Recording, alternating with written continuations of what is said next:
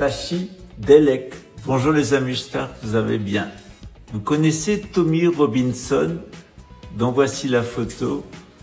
Tommy Robinson, c'est un homme qui, depuis des années, émet des fake news en Grande-Bretagne et a créé une espèce de milice. On a la même chose en France avec l'ultra-sioniste Sapiro, qui s'est fait coincer dans le bois de Boulogne en train de faire des choses dans sa bagnole avec un transsexuel, dans un drôle d'état d'ailleurs de santé, les deux.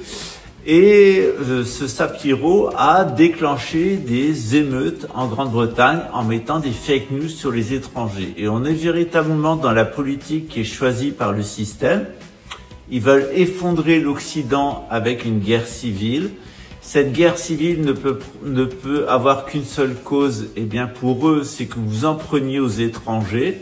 Donc, ils suggestionnent des étrangers ou ils laissent des réseaux criminels étrangers, pakistanais, algériens, en France, etc., tchétchènes, etc., comme on a en France, turcs, commettre les pires horreurs. La police le sait, les laisse faire.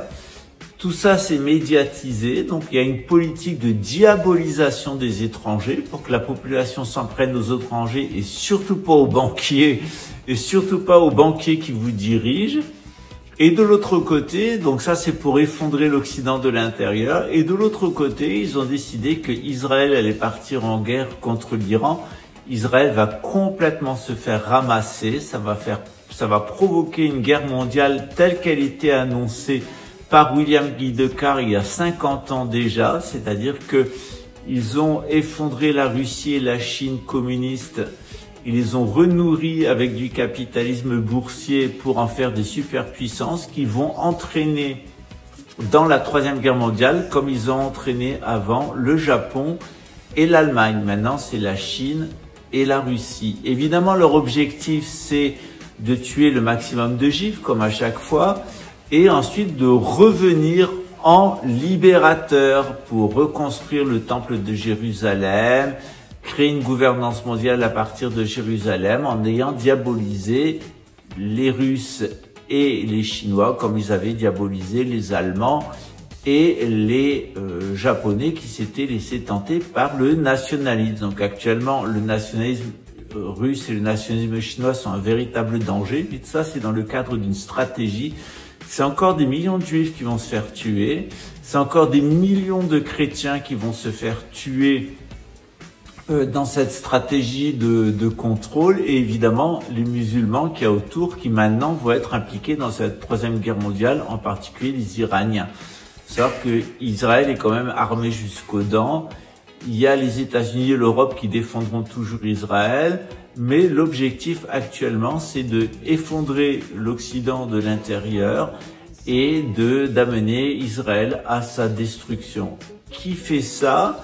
Eh bien, du côté israélien, c'est Netanyahou, Chabad Lubavitch et la clique qu'il y a derrière qui remonte jusqu'au Rothschild.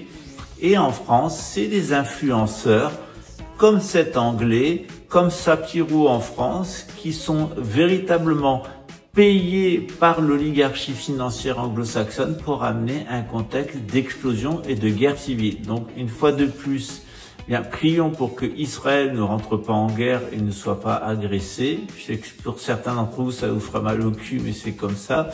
Et d'autre part, prions pour que l'Europe ne rentre pas en guerre civile. Marie-Julie Jaéni nous a annoncé tout ça. On sait qu'on va quand même rentrer dans une guerre civile, une troisième guerre mondiale. Donc tout ce qu'on peut faire, nous, c'est prier pour que cela ne nous affecte pas et protéger les musulmans, les chrétiens et les juifs qui sont autour de nous. Quant aux satanistes, eh bien Satan aura charge d'eux, puisqu'en réalité, il ne les séduit que pour les détruire. C'est le pire maître qu'il se puisse servir, mais bon, visiblement, il y a un certain nombre de personnes qui ne reconnaissent pas et qui n'apprennent aucune leçon de l'histoire. Salut!